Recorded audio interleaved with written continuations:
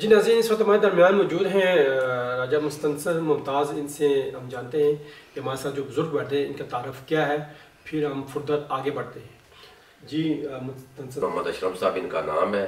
ساتھ میرے جو بزرگ بیٹھے ہوئے ہیں یہ میرے والد صاحب کے بھی دوست تھے، میرے بھائی کے بھی دوست ہیں، اب میرے دوست بھی سمجھیں، میرے چاچا بھی سمجھیں. ملک غلام اکبر صاحب ان کا نام ہے، موڑا راجپوتوں سے ان کا تعلق ہے. تو جی بول صاحب. جی ناظرین، چونکہ ہمارے درمیان بزرگ راجہ اشرف موجود ہیں، ہم ان سے پھلگران کی ہسٹری جہاں ہم موجود ہیں اس وقت وہ جانتے ہیں کہ پھلگران میں کب آباد ہوئے، پھلگران کی جو تاریخی حیثیت کیا ہے، جانتے ہیں راجہ اشرف صاحب سے. جی راجہ صاحب کیا کہتے ہیں آپ اس حوالے سے؟ اعوذ باللہ من الشیطان الرجیم، بسم اللہ الرحمن الرحیم. ایگزیکٹ ہسٹری ڈیٹ وائی تو میں نہیں بتا سکتا ہوں، صحیح، نام میرے علم میں ہے، لیکن جو موٹی موٹی جانتا ہوں وہ میں آپ سے گزارش کرتا ہوں. جی جی جی. یہ پھلگران گاؤں بہت پرانا گاؤں ہے، نیا نہیں ہے. ہمارے آباء و اجداد تقریباً سن 1200 اور کچھ ہجری میں یہاں تشریف لائے. صحیح. ادھر آباد میں پھر آگے ہماری نسل بڑھتی گئی. یہ ہم لوگ آئے ہیں سعودی عرب سے، آزاد کشمیر، ہمارے جد امجد وہاں سے مری ہزارے میں، اور وہاں سے یہاں آئے. ٹھیک. تو ادھر کافی عرصے سے رہ رہے ہیں. پھلگران بہت پرانا گاؤں ہے.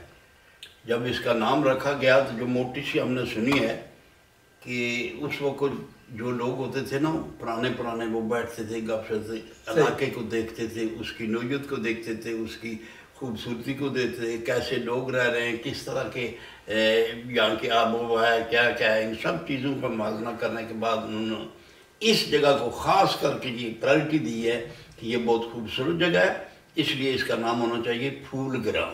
تو یہ انہوں نے رکھا ہے. اب ایگزیکٹ میں نہیں کہہ سکتا ہوں کیونکہ کوئی کتابی چیز تو میرے پاس ہے نہیں. ٹھیک ہے. لیکن جو سنا ہے اس کے مطابق یہ ہے کہ اس وقت انہوں نے اس کا نام، یا آگے پیچھے بھی گاؤں ہیں ان کے بھی تو نام ہے نا، لیکن اس کا نام پھول گراں جو رکھا گیا یہ بڑا سوچ فکر کرنے کے بعد رکھا گیا کہ یہ واقعی پھولوں والی جگہ ہے، خوبصورت جگہ ہے، خوبصورت ترین جگہ ہے. تو یہ نام رکھا گیا. جی فرمائیے. اچھا، کب آپ خود کہاں آباد ہوئے، کب آباد ہوئے آپ کے؟ جو ہم نے سنا ہے 12ویں ہجری میں یہاں پر آئے ہیں ہمارے آباء و اجداد جو آئے ہیں. اچھا. آبادی تو پہلے کی بھی تھی نا، لیکن وہ آئے ہیں پھر انہوں نے یہاں پر، میں نے آپ کو اس کی بتائیے نا، عرب سے چلیں ادھر آئے آزاد کشمیر میں. اس وقت کہتے تھے کچھ جہاد یا اس قسم بات تھی. اچھا. وہاں سے مری اور یہ لورے کا جو ایریا نہیں ساتھ وہاں پر، اور وہاں سے پھر ہمارے جو ہم ڈھونڈ ملال ہیں، ہماری جو جد امجد تھے ان کا نام تھا محل خان، اس لیے ہم کو ملال کہتے ہیں. اچھا، محل سے ملال. جی. تو ہمارے وہ جد امجد جو یہاں ہیں، یہاں پر رہے ہیں، تو اس وجہ سے ہم مرید ہیں. یہ بلوچ شریف والے جو پیر صاحب ہیں مخدوم صاحب، ان کی آباء و اجداد کے ساتھ ہی ادھر سے بھی تعلق رہا ہے، ادھر بھی، اور ان کے زیر سایہ ان کی سرپرستی میں ہم نے ادھر زندگی گزاری ہے. وہ بہت بڑے پیر تھے، تو وہ ہماری ہر قسم کی مدد کرتے رہے، رہنمائی کرتے رہے. اچھا راجہ صاحب، آپ اپنے بارے میں تھوڑا سا بتائیں، اپنے بارے میں بتائیں. جی فرمائیے. کیا مصروفیت رہی آپ کی، کیا کرتے رہے ہیں؟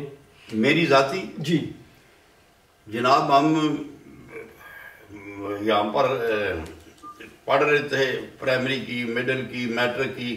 پھلگران سے نہیں، میٹرک پنڈی سے کی. اس وقت پھلگران میں پرائمری اسکول تھا، مڈل نہیں تھا. بلکہ اس علاقے میں ایک یہ رابل ڈیم کے ساتھ